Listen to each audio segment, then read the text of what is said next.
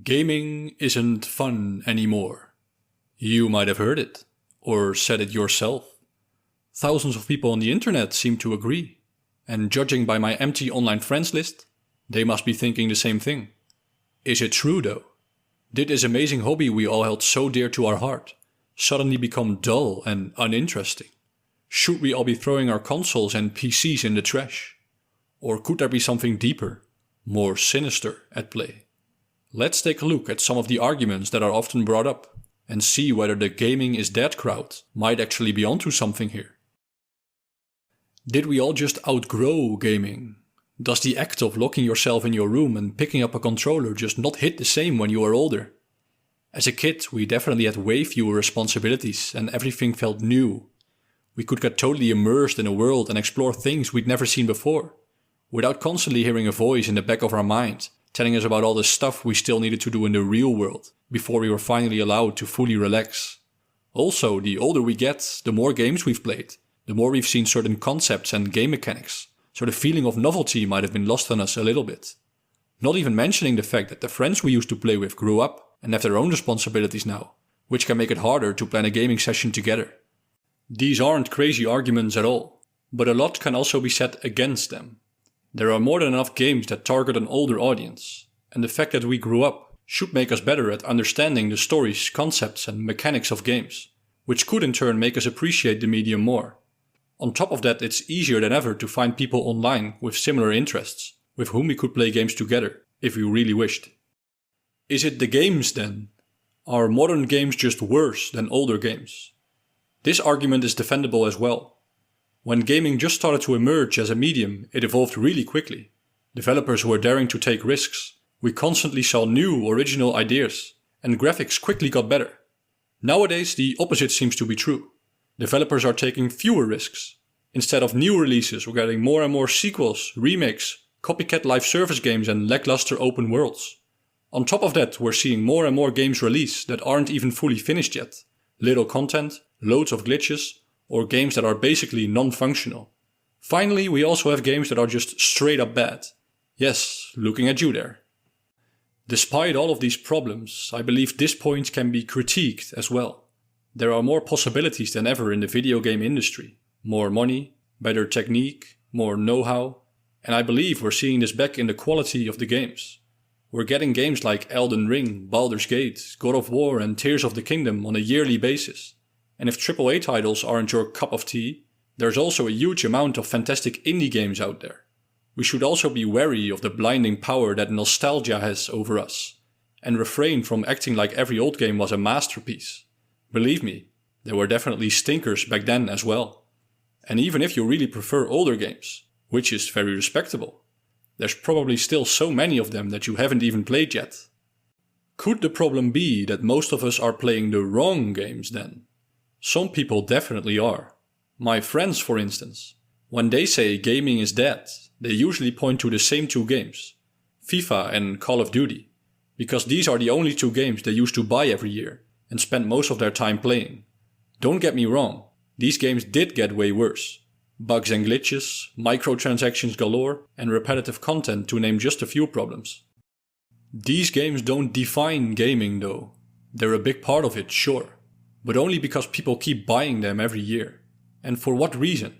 Why do people keep purchasing these games, even though they're constantly complaining about how much worse they've become? I think there's 4 reasons actually. The first one is a nice little word that I just learned. Neophobia.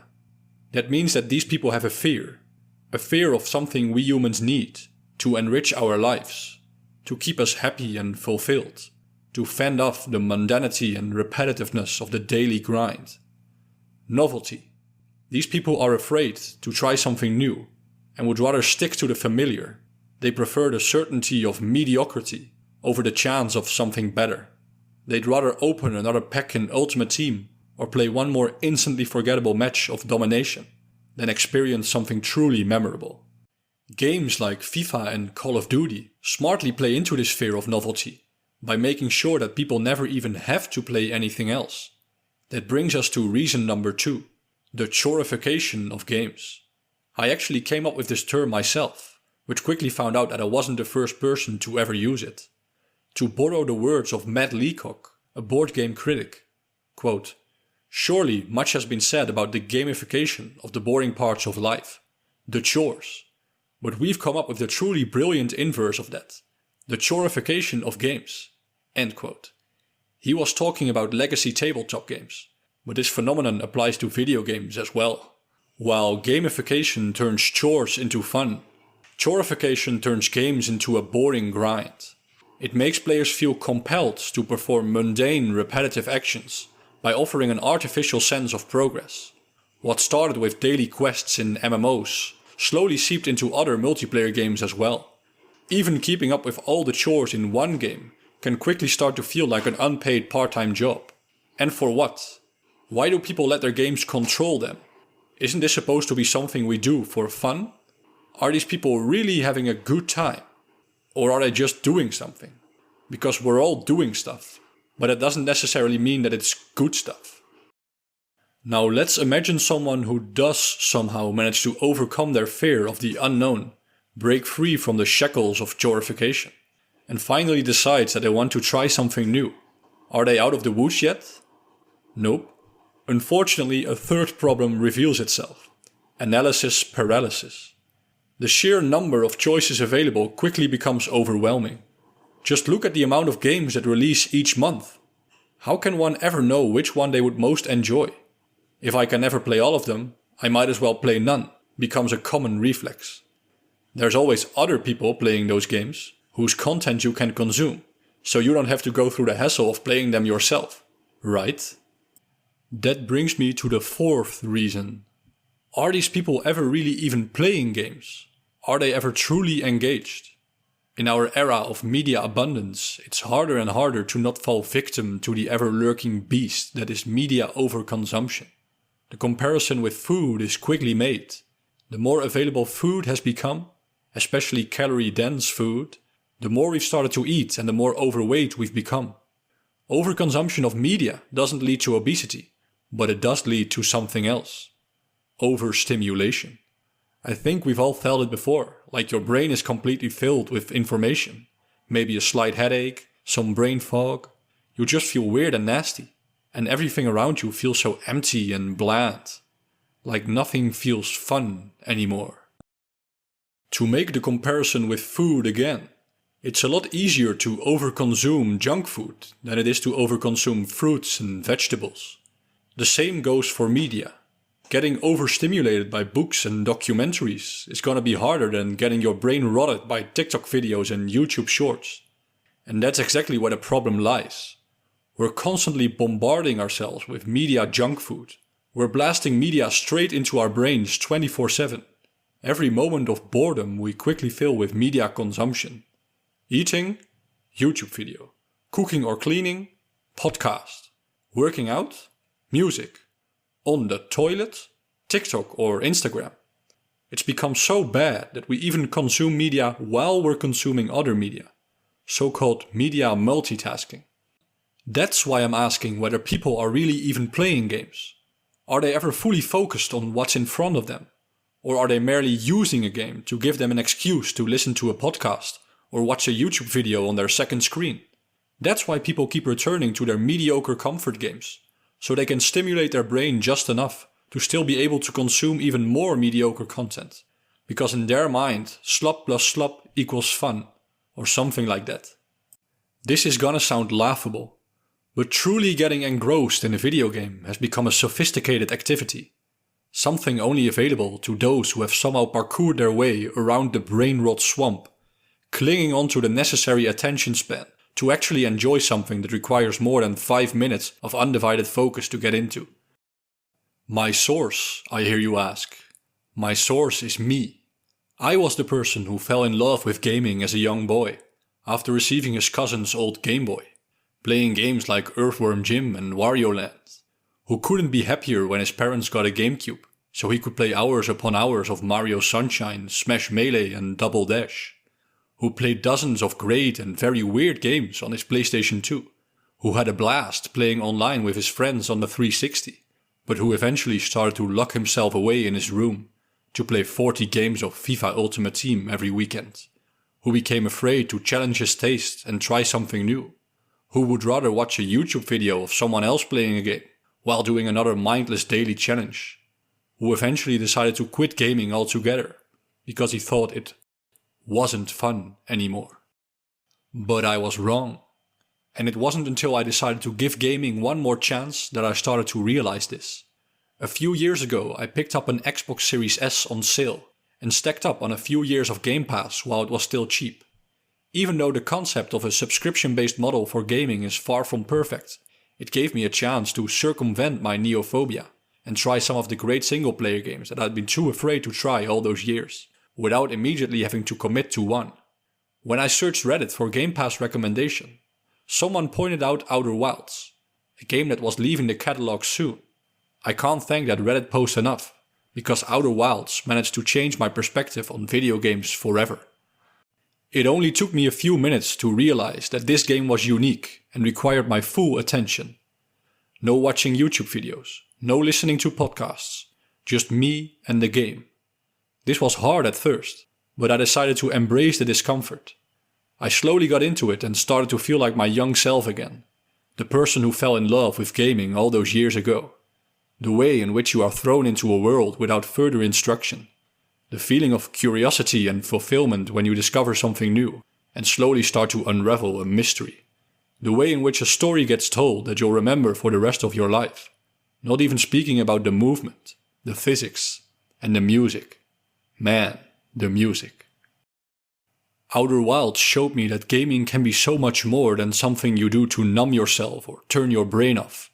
It changed me into someone who is fully interested in gaming as an art form, because that's what video games are. They're art. They can make you think about very serious concepts and ideas, offer amazing stories and experiences, and give you stuff to talk about for hours and hours. Of course, this game didn't instantly lift me out of the brain rot swamp. I was still a media addict with the attention span of a goldfish. It did, however, make me want to be able to consistently enjoy these kinds of games, without feeling the urge to grab my phone every few minutes.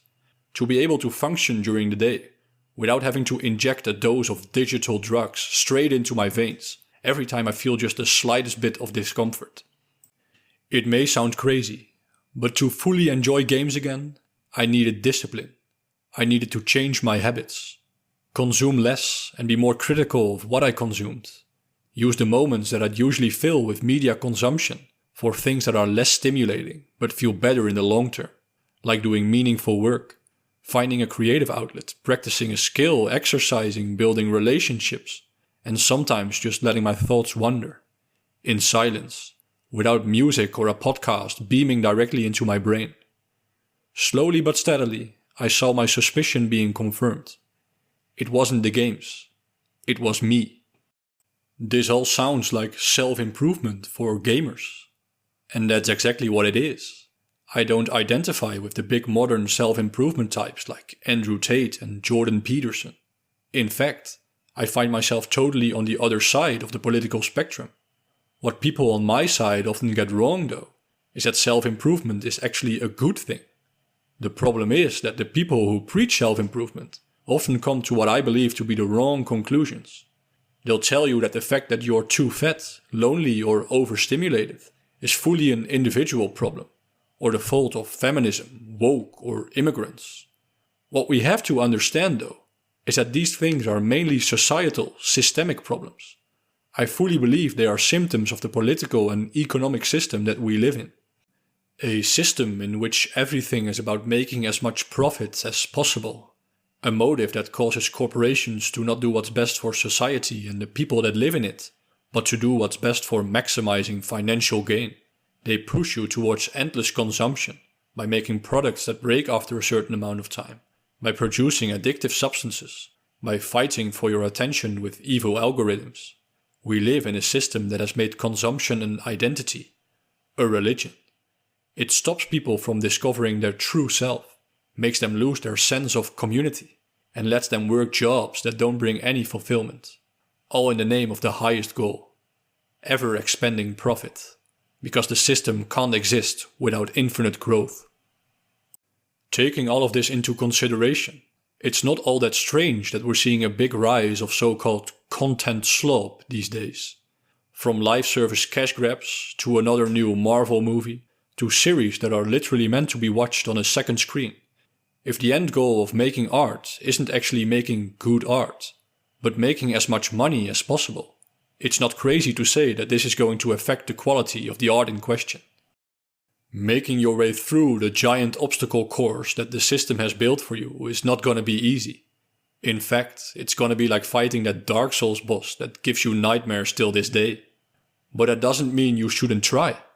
That's why I advocate for both trying to improve one's life within the system and trying to change the system itself. That means following the common self-improvement tips we've all heard 1,000 times by now, while at the same time becoming politically active, learning about better ways to organize society, and fighting for a cause you believe in. It doesn't have to be a choice between individual and collective solutions. It can be both at the same time.